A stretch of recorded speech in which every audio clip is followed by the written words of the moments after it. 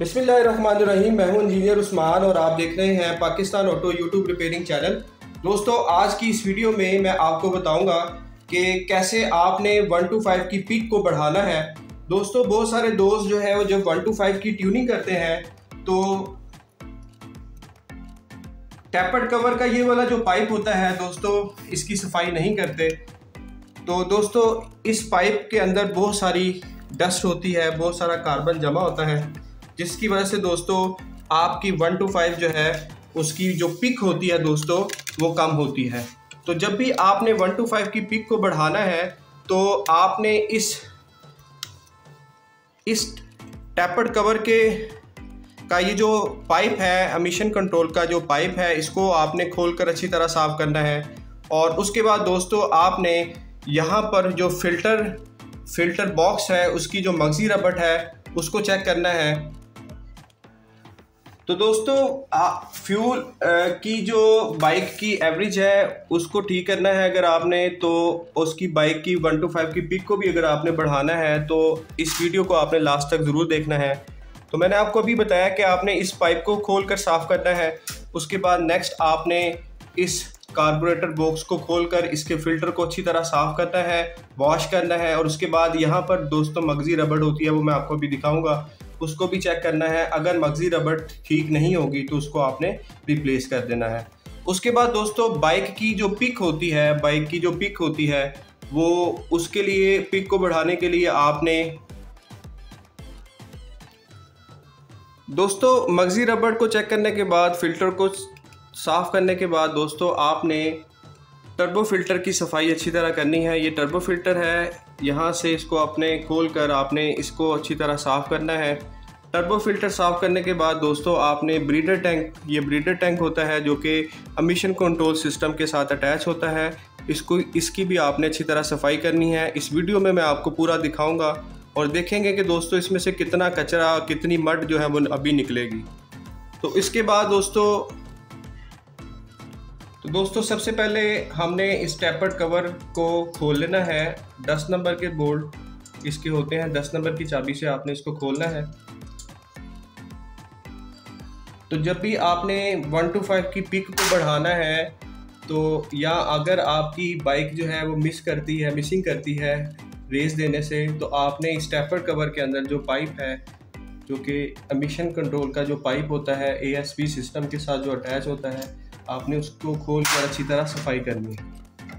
तो इस तरह दोस्तों आपने इसके कवर को ऊपर कर लेना है। यहाँ से आपने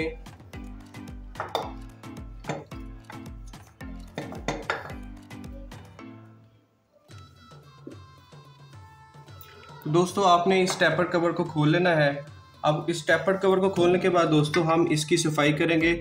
हम यहाँ पर दोस्तों जो तार होती है, क्लच वायर होती है, यहाँ पर हम इसको डालकर इसको अच्छी तरह साफ़ करेंगे। दोस्तों ये देखें कितनी ज़्यादा दोस्तों इसके अंदर कार्बन जमी हुई है। तो अभी हम सबसे पहले आपने बाइक की पिक को बढ़ाना है तो आपने टैपर्ड कवर को खोलकर इसके जो रास्ता है, यहाँ पर एमिशन कंट्रोल सिस्टम का जो ये रास्ता होता है, और इस पाइप को आपने अच्छी तरह साफ़ करना है। तो अभी हम आपको इसको साफ़ करके दिखाएंगे और फिर इसके बाद नेक्स्ट हम फ़िल्टर को साफ़ करेंगे अच्छी तरह, और उसके बाद टर्बो फ़िल्टर के बाद हम चौथी चीज़ जो साफ़ करेंगे वो ब्रीडर टैंक होगा। दोस्तों सबसे पहले आपने इस डाबल को साफ़ करना है। इस डाबल को आपने अच्छी तरह साफ़ करना है और इसमें से काफ़ी अमाउंट में कार्बन स्लज की फॉर्म में निकलेगा। ये देखें कितना कार्बन निकल रहा है। दोस्तों सबसे पहले आपने इस डाबल को, जो कि टैपर्ड कवर पे इस साइड पे लगी होती है, इसको साफ़ करना है। और एक आपने चिमटी लेनी है, इसको ओपन करके आपने इसको घुमाना है और इसके अंदर से काफ़ी स्लज जो है वो आपने इसको अच्छी तरह दोस्तों आपने साफ़ करना है। उसकी वजह ये है कि ये इसका कनेक्शन एमिशन कंट्रोल सिस्टम से होता है।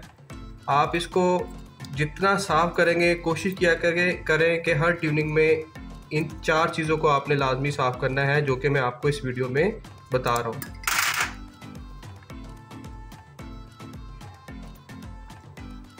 दोस्तों ये देख रहे हैं कितना इसके अंदर मड जमा हुआ है।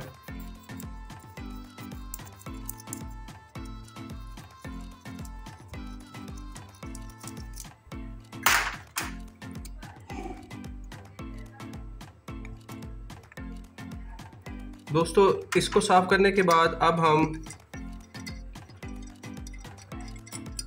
इस कवर के जो पाइप है, ये वाला पाइप, इसको साफ़ करेंगे।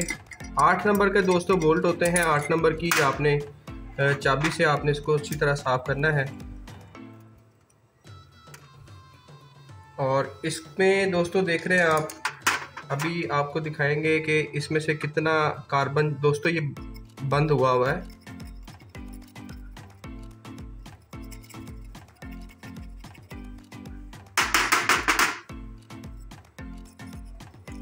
तो इसको आपने पाइप को दोस्तों, इसके अंदर कार्बन जमी हुई है, तो आपने इस जमी हुई कार्बन को साफ़ करना है।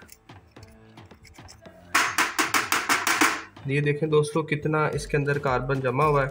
दोस्तों कार्बन जमने से इस एमिशन कंट्रोल सिस्टम ब्लॉक हो जाता है।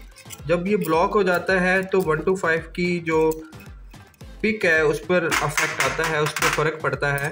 तो आपने हर ट्यूनिंग में इन 4 चीज़ों को जो मैं आपको बता रहा हूँ, आपने अच्छी तरह उनकी सफाई करनी है।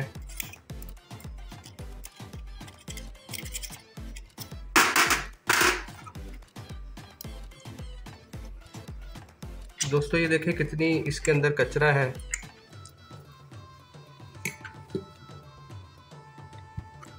दोस्तों ये सिर्फ टैपर्ड कवर का जो पाइप है उसमें से देखें कितना कचरा निकल रहा है। तो अब 125 को जब हम इसकी सारी सफाई कर लेंगे तो 125 की पिक पर अफेक्ट आएगा। पिक 125 की जैसे बाइक जेन्युइन होती है उस तरह की हो जाएगी।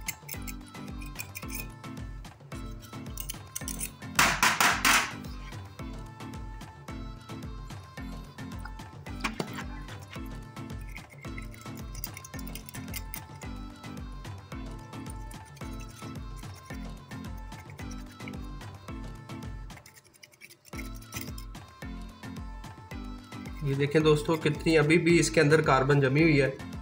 तो आपने अच्छी तरह, टाइम तो लगता है लेकिन इससे ये होता है बाइक की कारकर्दगी बढ़ जाती है।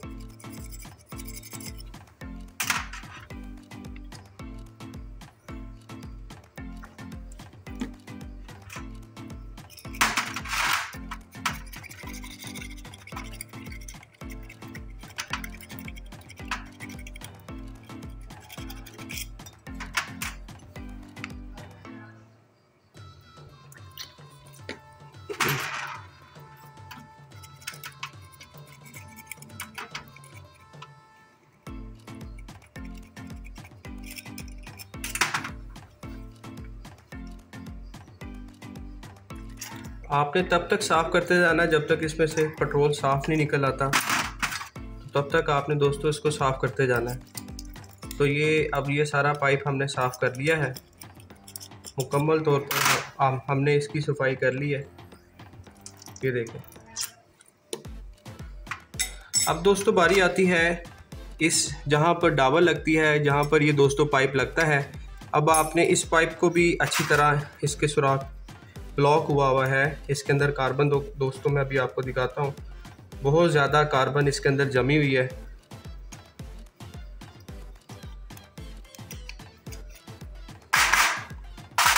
ये देखें दोस्तों, ये कार्बन इसके अंदर भी जमी हुई है।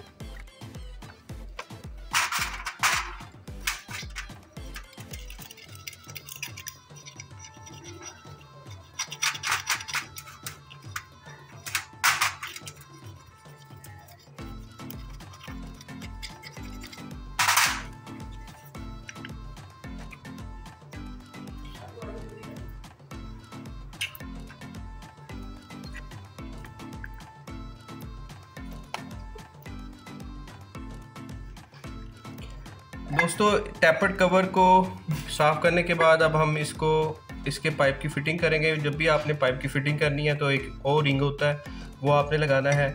और उसके बाद दोस्तों आपने इसको 8 नंबर के बोल्ट, यहाँ पे जो 2 बोल्ट हैं 8 नंबर के, वो आपने लगाकर इसको टाइट करके और टैपर्ड कवर को आपने दोबारा बंद कर देना है। दोस्तों इसकी सफाई होने के बाद हम नेक्स्ट पार्ट जो कि साफ़ करेंगे, वो हमारा नेक्स्ट पार्ट जो है वो ब्रीडर टैंक है। ब्रीडर टैंक की सफाई करें। इस वीडियो में आपको दिखाऊंगा ब्रीडर टैंक को आपने कैसे साफ़ करना है। तो ये 4 से 5 पार्ट्स जब भी आपने ट्यूनिंग करवानी है बाइक की 125 की, तो आपने अच्छी तरह इनकी सफाई करवानी है ताकि आपके 125 की जो पिक है वो बढ़ जाए।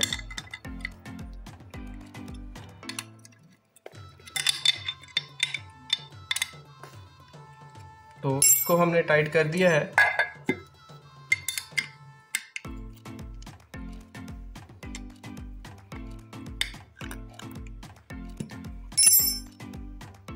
अब हम इसको लगाएंगे और लगाने के बाद नेक्स्ट जो पार्ट है वो ब्रीडर टैंक है उसको साफ़ करेंगे। दोस्तों हम टैपर कवर को बंद करेंगे और इसके लिए ये डावल है, डावल के लिए ये ओरिंग होता है, ये लाजमी आपने लगाना है। और इस तरह दोस्तों आपने ये डावल लगाने के बाद अब आपने जिस तरह हमने इस टैपर कवर को ओपन किया था, अब हम इस टैपर कवर को दोबारा फिट कर रहे हैं। तो दोस्तों हमने टैपर्ड कवर को लगाने के बाद इसके जो 10 नंबर के बोर्ड थे उनको हमने दोबारा लगाकर इस टैपर्ड कवर को हमने अच्छी तरह टाइट करना है।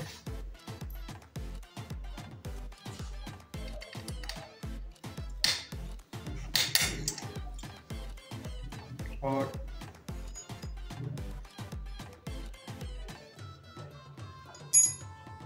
टैपर्ड कवर को टाइट कर दिया है। तो टैपर्ड कवर से सबसे पहले मैंने आपको बताया कि सबसे पहले आपने जब भी 125 की ट्यूनिंग करनी है तो आपने सबसे पहले टैपर्ड कवर के जो पाइप्स हैं उसको आपने अच्छी तरह साफ़ करना है और इन बोर्ड्स को दोस्तों आपने अच्छी तरह साफ टाइट करना है ताकि यहाँ से ऑयल की लीकेज ना हो।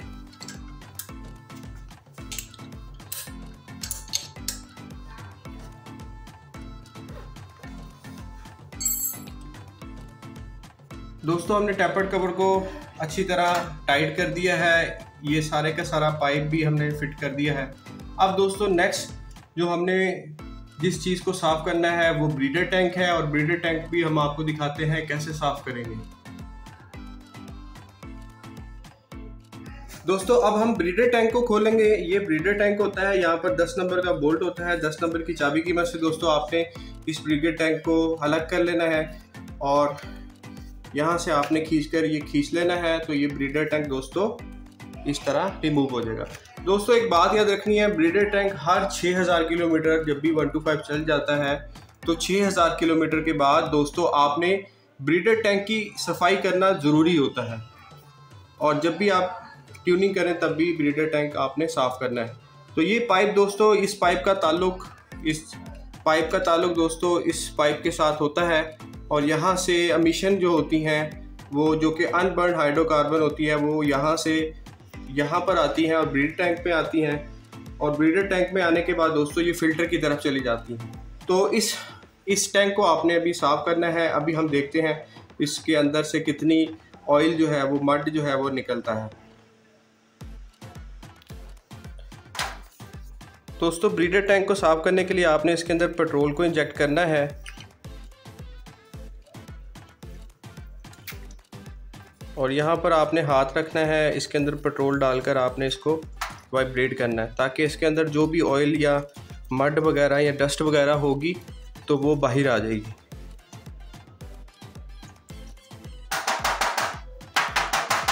तो ब्रीडर टैंक ये इस तरह हमने ब्रीडर टैंक को साफ़ कर लिया है।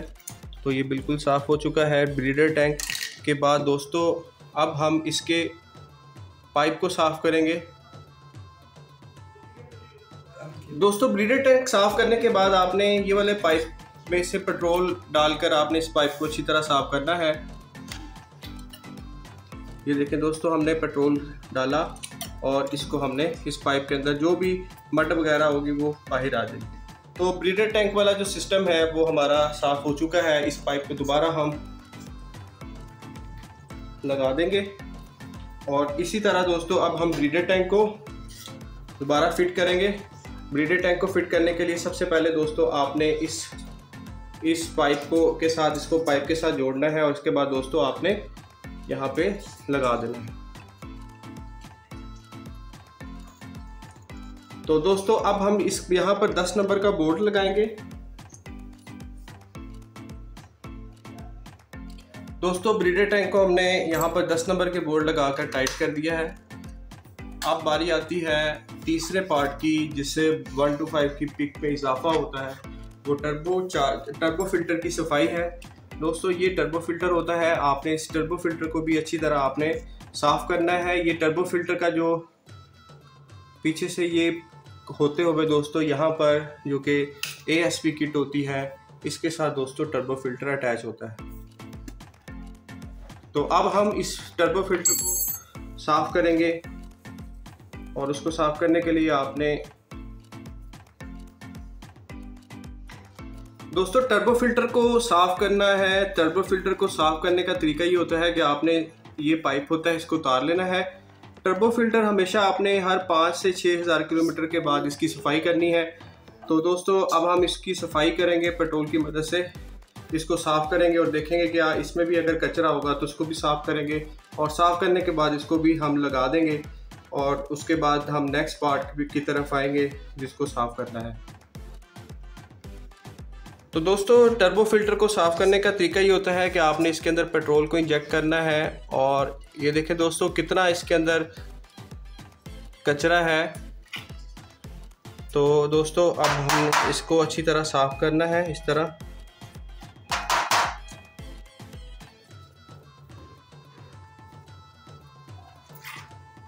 ये देखिए दोस्तों कितना कचरा इस टर्बो फिल्टर से निकल रहा है। तो ये टर्बो फिल्टर दोस्तों साफ़ हो चुका है। अब हम टर्बो फिल्टर को लगाएंगे और लगाने के बाद अब नेक्स्ट जो है इसके फ़िल्टर को साफ़ करेंगे। दोस्तों टर्बो फिल्टर को हमने लगा दिया है।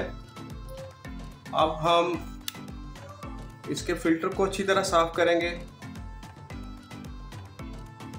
दोस्तों हम अब फ़िल्टर को साफ़ करेंगे। फ़िल्टर बॉक्स को हमने एहतियात से अच्छी तरह इसको साफ़ करना है। तो दोस्तों याद रखना है कि फ़िल्टर को जब भी आपने ट्यूनिंग करनी है तो आपने फ़िल्टर को अच्छी तरह 1 to 5 के फ़िल्टर को साफ़ करना है। और ये मगज़ी रबड़ होती है दोस्तों, ये मगज़ी रबड़ आपने लाजमी लगानी है। तो दोस्तों ये देख रहे हैं यहाँ पर फ़िल्टर कितना गंदा हुआ है, तो आपने इस फ़िल्टर को भी अच्छी तरह साफ़ करना है।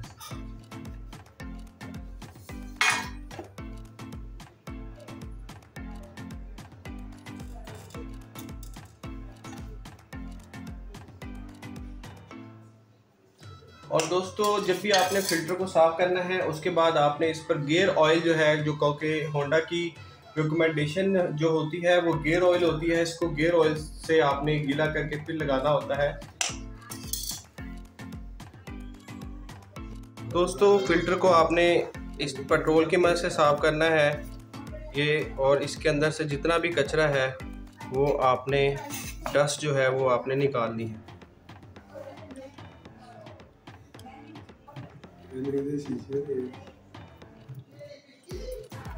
दोस्तों ये देख रहे हैं कि फ़िल्टर में से कितना कचरा निकल रहा है।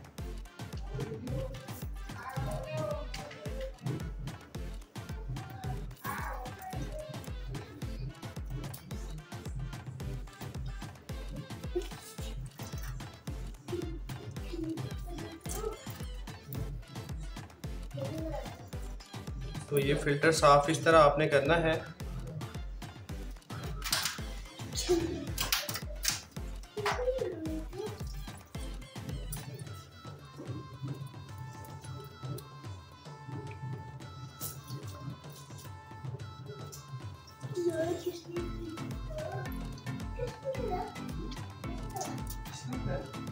तो दोस्तों ये देख रहे हैं कि फ़िल्टर से ही कितना इसके अंदर जो है वो कचरा निकला है। तो आपने फ़िल्टर को हमेशा 1000 किलोमीटर जब 1 to 5 चल जाए तो आपने फ़िल्टर की सफाई करनी है, जो कि बहुत ज़रूरी होता है।